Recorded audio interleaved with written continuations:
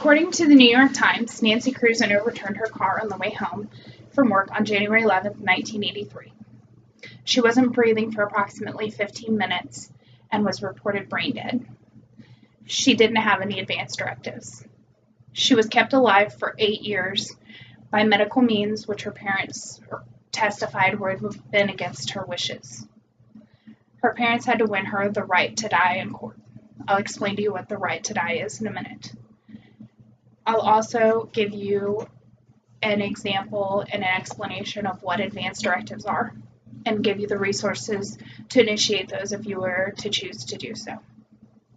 According to Medline Plus, advance directives are legal documents that allow you to spell out your end-of-life wishes and care and name someone to make your medical decisions for you if you're unable to do so for yourself.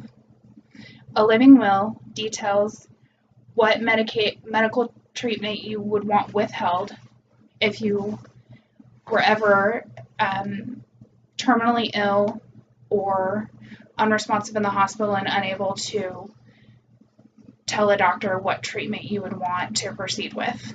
Most often, the treatment that's declined is dialysis, a ventilator, and tube feedings.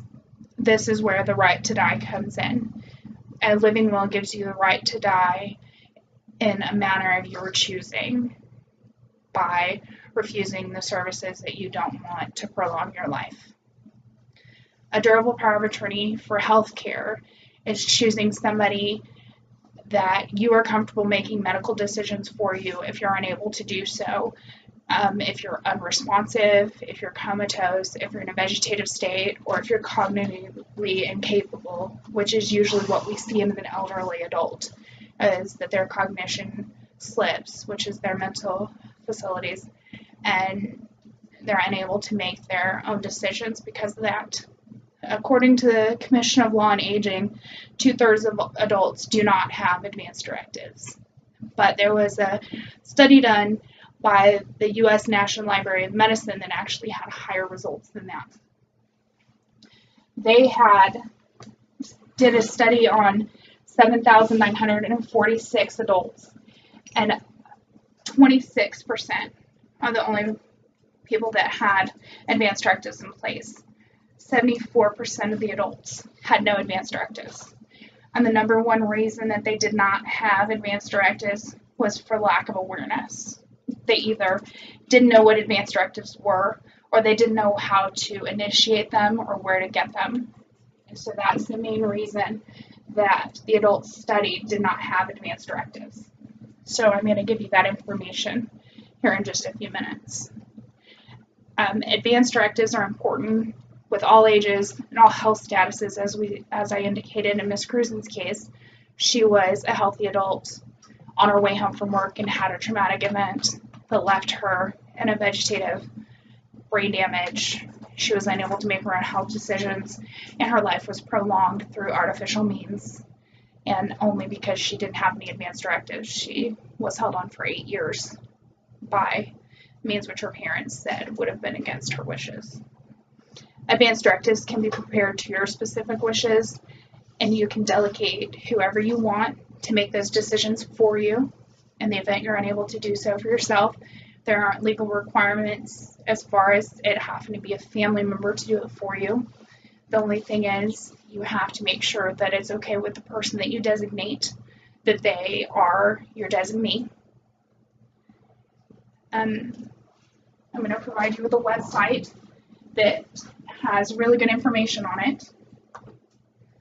And I'm going to actually put the website underneath my video link as well, because I think that it's really important for everybody to be able to get to this information.